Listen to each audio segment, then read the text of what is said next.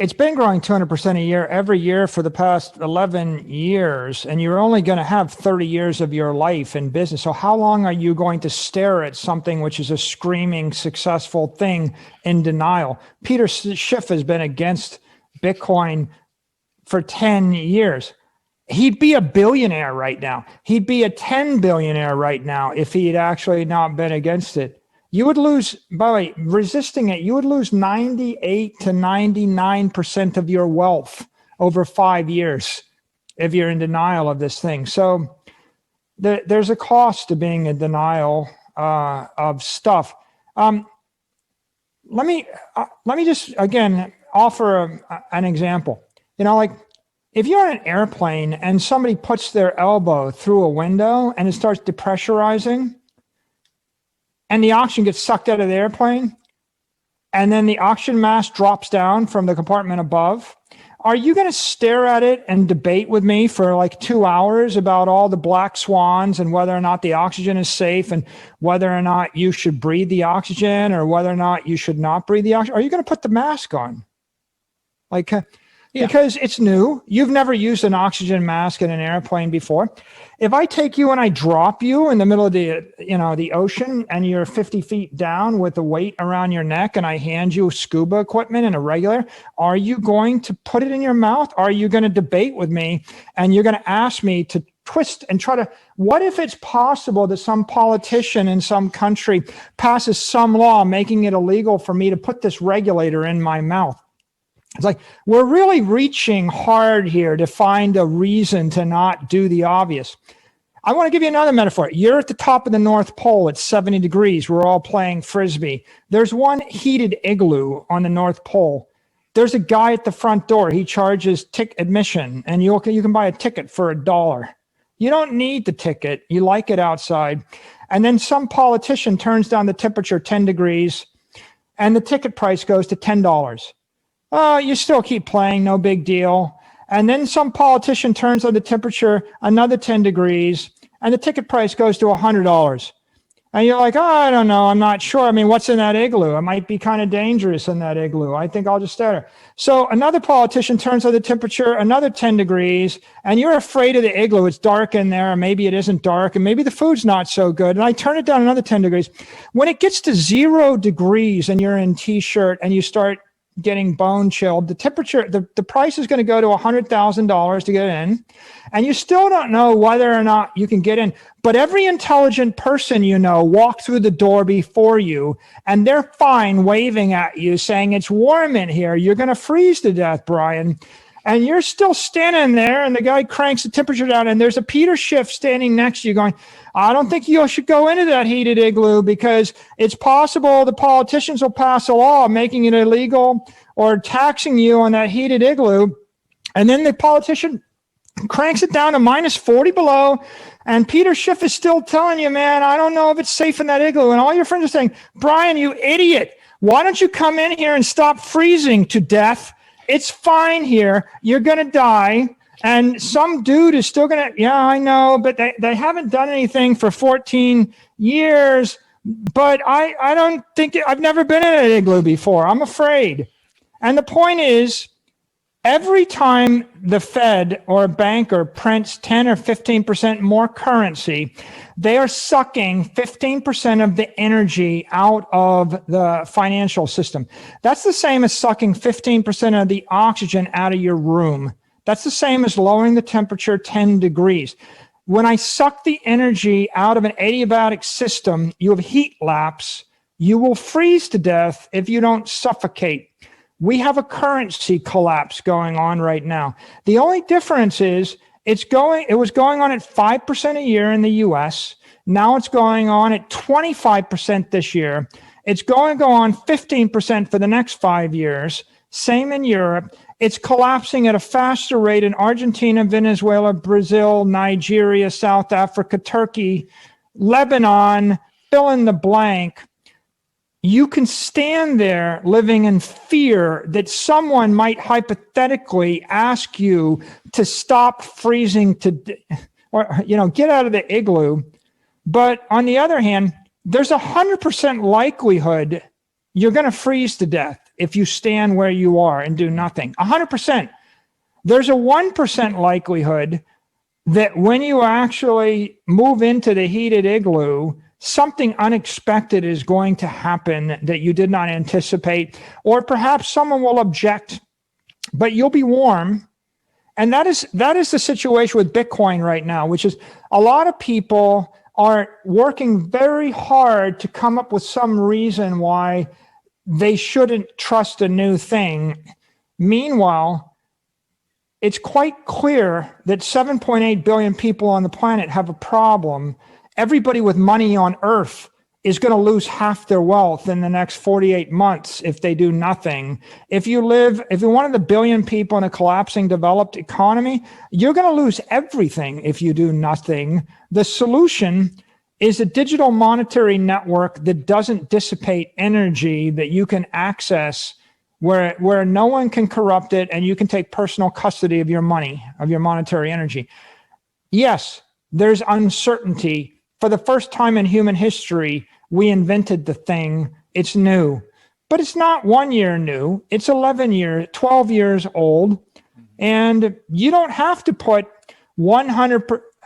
By the way, when the oxygen mask drops out of the plane and you're traveling with your 10 kids, are you going to put the mask on one kid to see if they live and let the other 9 kids suffocate? Or are you going to put the mask on everybody? Or are you going to put your mask on yourself first? How afraid are you of suffocating versus how afraid are you of using the oxygen? Because Bitcoin is oxygen and it's new. And there are some people that are very comfortable in their existence and they think it's okay to ignore it because they're rich and they're comfortable and they're happy. There are some people that dabble in it. Like, I think I'll buy 1 or 2% because I'll speculate in it. And there are some people, like if I put you in Argentina and by the way, do you know the exchange rate in Argentina to the dollar right now? It used to be 1 peso to the dollar. And then it slid to 10 pesos to the dollar. And then it slid to 20 to 40 pesos to the dollar. Then it slid to 80 pesos to the dollar. The black market rate is 140 pesos to the dollar. And the dollar has lost half of its value in the 10 years. Yeah. So you've actually lost, what is 1 divided by 280? It's like, if you're living in Argentina 4%. And you have any wealth to speak of, you lost 99% of it. Now, right. Are we going to sit and think about ways that we might, it's hypothetically possible that a politician in Argentina will pass a law requiring that I disclose my Bitcoin or tax it or whatever. But are you going to suffocate your entire family and destroy everything you know based on the hypothetical possibility that someone might object to you choosing to not roll over and die? Because it seems like most of the world would like for us just all roll over and die and shut up and not make a big stink about it. It seems to me that if I come into your house and I start cranking the temperature down until I freeze your children, at some point, maybe you'll have the bravery to open the back door and walk into the backyard and maybe go find a new house. I mean, like, it's just a matter of courage and maturity at some point. And for those people that just want to spread fear and uncertainty and doubt, I mean, like, what's the future for humanity if we're going to live in fear of the solution to the problem that plagues us all? Look, I think we should address the issue of blockchain, which is first of all, every fiat currency in history has been debased and eventually failed.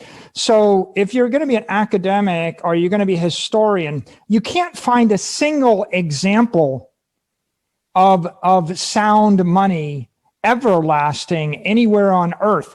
No commodity money, no gold money, no silver, no copper, no fiat, no nothing. You can't find a single regime that ever executed a strong money policy for 25 years straight in the history of man.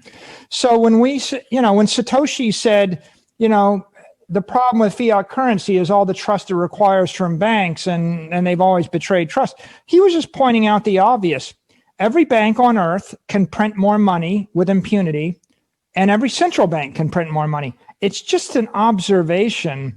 And so the idea that you should actually create a monetary system based upon trust of a banker or a politician is about as silly a notion as the idea that you should sail a ship across the Atlantic with leaks in it without making sure there are no. Do you trust the boat to not have leaks in it, or do you make sure it's leak proof?